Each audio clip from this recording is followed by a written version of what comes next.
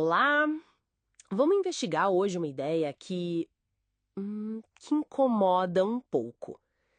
Será que o jeito como a gente mede inteligência, sabe, algo tão usado por aí, acaba na verdade distorcendo a ideia de meritocracia, tornando ela menos justa do que parece? É uma questão complexa, né? Sim, Porque a meritocracia em si, essa ideia de recompensar quem se esforça, quem tem talento, isso tem um apelo muito forte, principalmente em culturas que desconfiam de privilégio herdado, certo? com certeza. A promessa é boa. Só que muitos argumentam que na prática a coisa não funciona tão bem assim.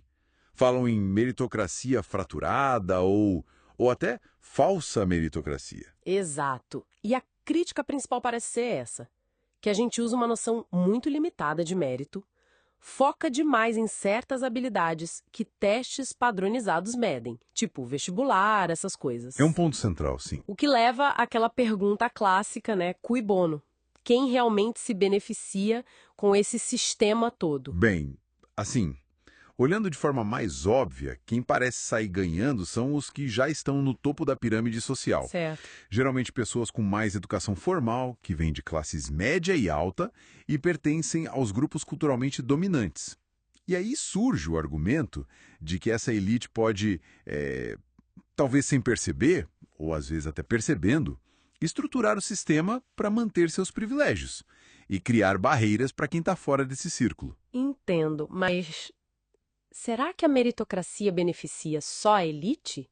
Porque, pensando aqui, se ela fosse baseada em qualidades que, sei lá, ajudam a sociedade como um todo, tipo criatividade ou compaixão, não seria um ganho para todos? Poderia ser. No fundo, uma meritocracia só reflete o que uma cultura decide valorizar e recompensar, né? Exato, precisamente. É uma escolha cultural. E nas sociedades ocidentais modernas, uma característica que é, assim, muito valorizada é a inteligência. O famoso fator G. Ah, o fator G. Isso. Pessoas que pontuam mais alto em testes que medem esse fator G, elas tendem a ocupar posições de maior poder, prestígio, segurança econômica, e isso acontece por alguns motivos interligados. Quais seriam? Primeiro, tem a questão econômica. Inteligência alta, ou pelo menos o tipo de habilidade cognitiva que o G mede, é um recurso relativamente escasso. Certo, oferta e demanda. Exato. Pela lei da oferta e demanda, trabalhos que exigem tipicamente mais complexidade cognitiva, pensa em advocacia, engenharia, tendem a pagar mais que outros trabalhos importantes, claro, mas que requerem menos dessa complexidade específica, como, digamos, policiamento. Entendi. Simplesmente porque menos pessoas têm aquela capacidade cognitiva específica necessária para alta performance nessas áreas mais complexas.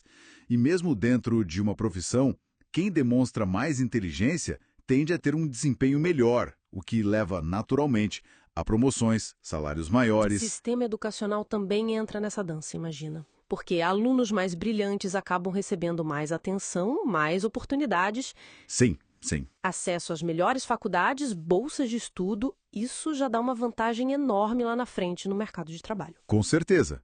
Mas é crucial notar uma coisa aqui.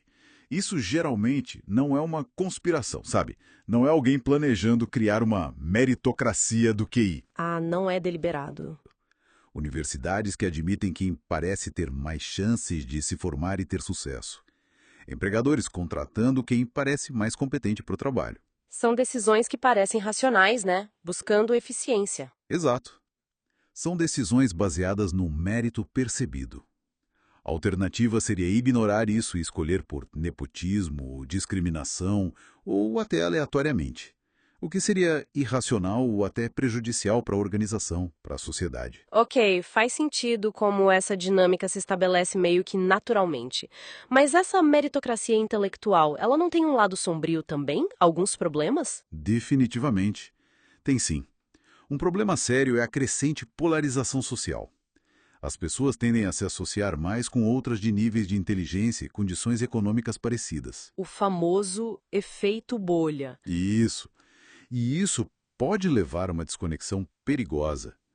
Líderes que geralmente têm uma inteligência acima da média podem acabar perdendo o contato com as necessidades, com os desafios das pessoas, com inteligência na média ou abaixo da média. E isso gera ressentimento. O próprio sociólogo que cunhou o termo meritocracia, o Michael Young, viu isso como uma falha gravíssima. Nossa, que irônico. Pois é. E outro ponto importante é a ilusão do mérito puramente conquistado. A inteligência funciona quase como um vento a favor, sabe? Como assim? Alguém com um QI mais alto pode precisar de, objetivamente, menos esforço para dominar um assunto complexo do que alguém com QI mais baixo. Mesmo que essa segunda pessoa se dedique intensamente e estude muito. Ah, entendi. Facilita o aprendizado. Exatamente. E o sistema pode acabar recompensando mais a primeira pessoa, fazendo parecer que foi puramente por mérito individual, por esforço, ignorando essa vantagem cognitiva inicial que ela tinha. E isso me leva a pensar na questão da herança. Exato. Chegamos num ponto delicado. Como a inteligência tem um componente genético herdável significativo, Que não é pequeno, pelo que a gente já viu. não mesmo, pais mais inteligentes, que, como a gente viu, tendem a estar no topo da hierarquia socioeconômica, têm uma probabilidade maior de ter filhos também mais inteligentes. E esses filhos, por sua vez, terão mais facilidade para navegar nessa meritocracia. Isso cria quase uma aristocracia herdada, só que baseado em genes, não em títulos. É uma forma de ver, sim, onde as classes sociais podem acabar se perpetuando em parte, através da genética. E isso, claro, bate de frente com ideais democráticos de igualdade de oportunidade. Reforça a ideia de que o mérito não é 100% conquistado pela pessoa, já que ninguém escolhe os próprios genes, né? Isso é bem complicado. Considerando essas desvantagens todas, quais seriam as alternativas? Seria possível ou desejável tentar abolir essa meritocracia baseada em QI? Olha, tentativas históricas de nivelar a sociedade à força, como em alguns regimes comunistas, têm estudos interessantes. Por exemplo, em Varsóvia, na Estônia. E o que eles mostram? Eles sugerem que não foi possível eliminar completamente a influência do QI na estrutura social. A hereditariedade do status socioeconômico, a relação entre a posição dos pais e dos filhos, parece ter persistido. Em alguns casos, até aumentou depois que barreiras sociais mais artificiais foram derrubadas. Que curioso, então, não é tão simples. Não é. Outra ideia que surge é ampliar o que a gente considera mérito. Incluir outras habilidades, tipo criatividade, inteligência prática, ética, como Robert Sternberg sugere. Faz sentido querer valorizar mais coisas. Faz. Mas o desafio é que essas outras habilidades são bem mais difíceis de medir de forma objetiva e confiável. Elas podem não ser tão gerais quanto o fator G, e a validade de algumas, como a tal inteligência prática, é bastante debatida na psicologia. Entendo.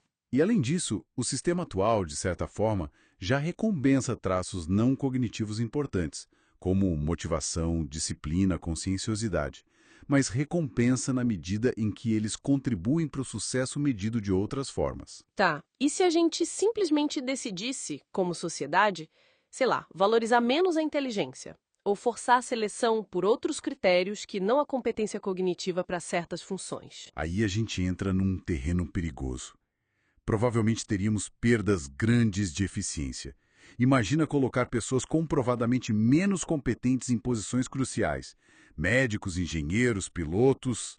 É, complicado. Poderia gerar problemas sociais sérios dentro das organizações também. Ressentimento se as pessoas perceberem que a incompetência está sendo recompensada em detrimento da competência.